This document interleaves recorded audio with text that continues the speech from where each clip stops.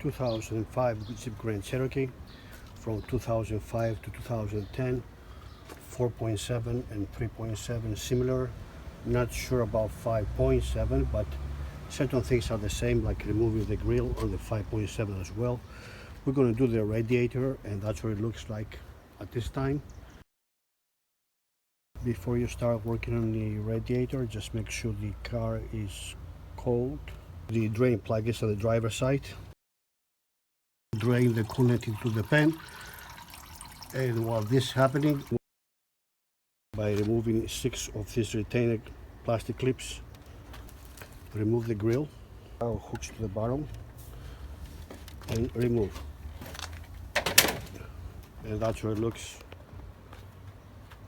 after the grill is removed. Remove the 4 10mm bolts, 2 on each side, to remove the 2 13mm nuts. So next step is we have to access the radiator bolts. We have to detach the air conditioning and transmission cooler, because it's bolted onto the radiator with 4 10mm bolts, 2 on the top and 2 on the bottom. Go under, have the opening space, one here and one on the other side, and that will detach the radiator from the cooler. We have to remove everything is attached to the radiator. You can see the clips, and there it comes, it's out. Same thing on this side, you can get it from the inside. We're going to disconnect the hose, remove the radiator lower hose, and we're going to take out the entire assembly, the fan assembly, with the shroud and the radiator as one unit. Remove the or disconnect the plug for the fan.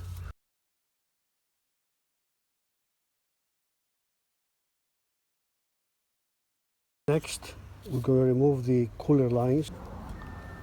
There it is. Be careful, these things snap and they can lose them. Take it off. This is what it looks like. And now we're going to pull the line back. It's a little tight. Expect a little oil to come out. Okay, both transmission cooler lines are disconnected. The 4 10mm bolts are out. The radiator is ready to come out. You can see they're simply moving. You can see the radiator is halfway out. I just pause here so I can show you the video. I'm taking it out with the fan shroud, all disconnected and all loose, and just lift. For Jeep Grand Cherokee 4.7, it's out. That's what it looks like. And this is the rear with the fan shroud. If you don't want to take the radiator out, you want to take out only the fan, cooling fan. It's only 4 bolts holding the fan, and you can replace it without taking out the radiator, of course. Good idea to check the fan, test the fan to make sure that it works. We got the new radiator and we compare it with the old. It's the same. This is where 2 10mm bolts go from each side. There's a drain plug on the left side, and this is important here. This rubber fittings in place.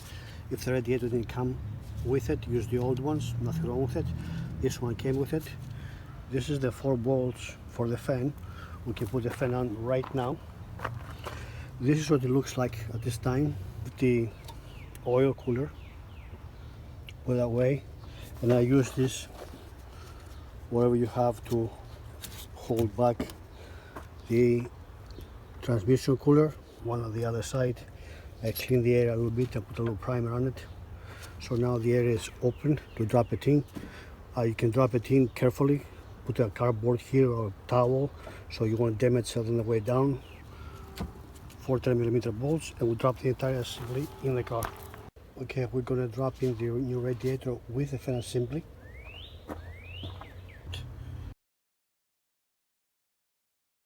so everything is secure. It's right on the side, all secure. 4 bolts here to secure the cooler on the radiator. That's secure, 2 on the top and 2 on the bottom. And this one just clips on here and all good. So just slide it right in there. It has a couple of clips at the end.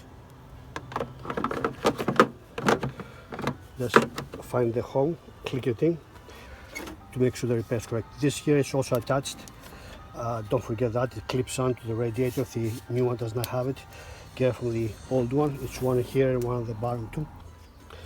Turn over the radiator support and hook up right there the cable for the latch, up or down a little bit just before you start taking the latch out, the hood latch. Just make a couple of marks if you want with a marker, so you know. That's about it. We're getting there. So next is to put these clips on here. Everything is back. Now we're going to put in the grill. It has a couple of clips here, you can see. It's 4 of them all together. Just drop in, align the bolts. Here, that's where the plastic retainers go. The radiator is in, the grill is in, and the job is complete.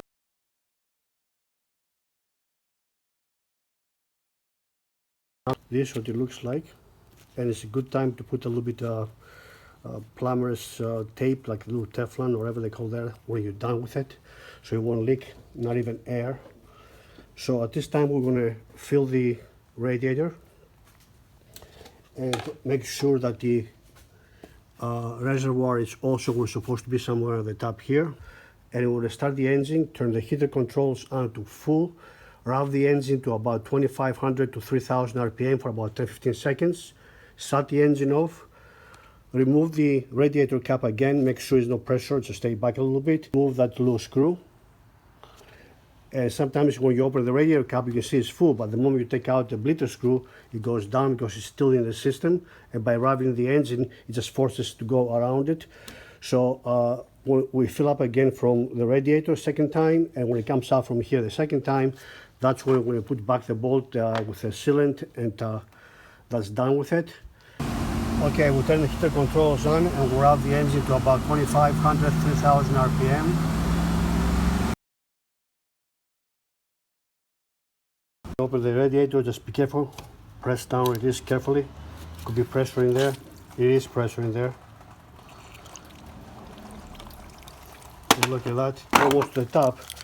But once I remove this plug, watch what's going to happen there.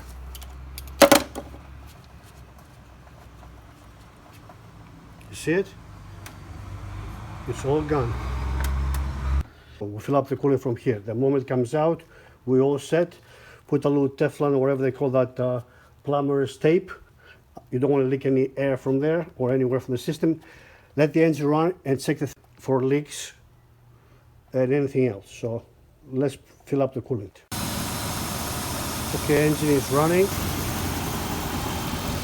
Reservoir is full, radiator is full, cap is secure, this is secure. The heater controls are on. Now we'll let the car run. We're taking the car on the highway for a nice run and test it one more time. And the heat is coming in, so that means the thermostat is open. Everything looks okay. The car is running well. The next couple of days, check for the coolant, make sure it's where it's supposed to be. And good luck with your project.